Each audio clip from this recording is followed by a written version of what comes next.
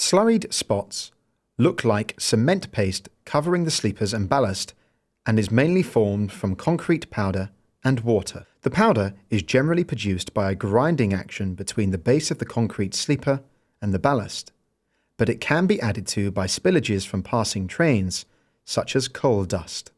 Tamping machines and demolition hammers can also aggravate this problem by crushing the ballast and sleepers when consolidating the track. The slurry forms a barrier preventing drainage, which will accelerate the size of the slurry spot and could become the root cause of other track defects. The affected area seen on the surface of the sleepers and the ballast extends deep into the ballast. It's important to tackle the problem as soon as possible rather than allowing the slurry to extend further and causing the track to become unstable. If it extends to 4 sleeper bays, the affected area is the same length as a wagon's wheelbase, and the risk of a derailment increases. Rail gauge and sleeper condition should be confirmed during the scope, as well as the best location to store the new and old ballast. Old ballast must be stored in a location so it cannot contaminate other track. Determine whether the task should be delivered red or green zone.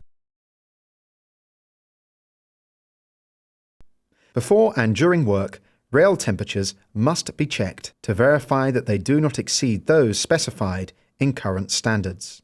Once the defect is identified, it's important to support the area before work begins.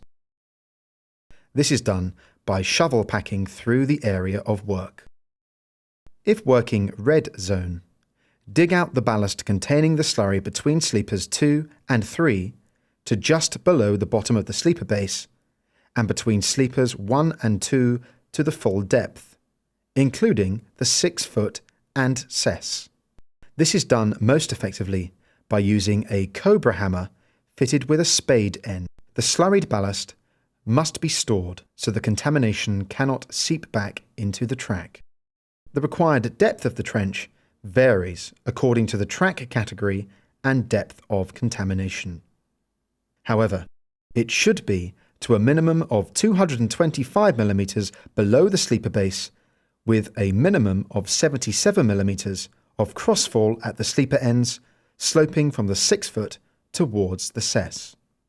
This crossfall is important to ensure good drainage. Cant should be taken into consideration.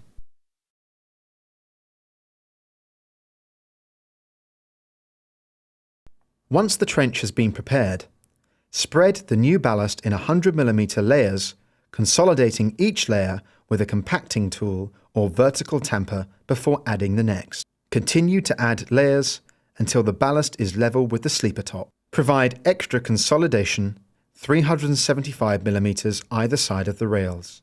The centre of the sleepers must not be consolidated, as the pressure of the trains on the rail could bend and crack the sleeper. Remove the fastenings on the second sleeper and lift the track enough to remove the old pads and insulators.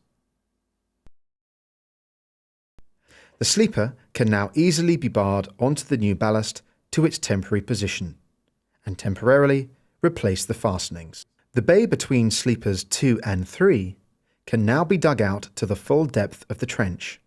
Once the new ballast has been added and consolidated, return sleeper 2 to its original position.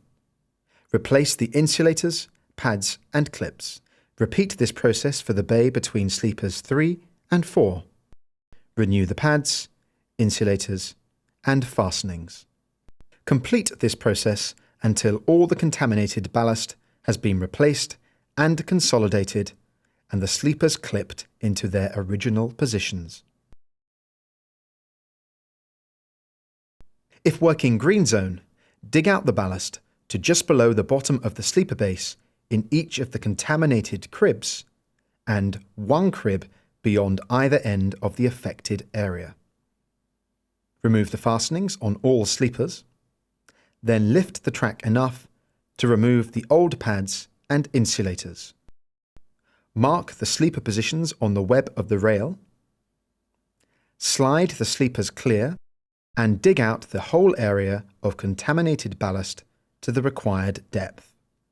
Spread the new ballast in 100mm layers, consolidating each layer with a compacting tool or vertical tamper before adding the next. Continue to add layers until the ballast is level with the sleeper bottoms. Slide each sleeper back to their marked position. Check the sleepers are square, and renew the insulators, pads and clips.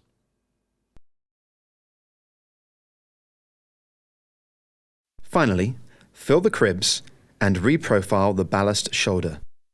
Once the section is completed, the track must be given a general repair to restore the top and line and confirm gauge. Complete TEF 3202 to confirm what work has been completed, and TEF 3207 so the CRT can be calculated, and return them to the section manager.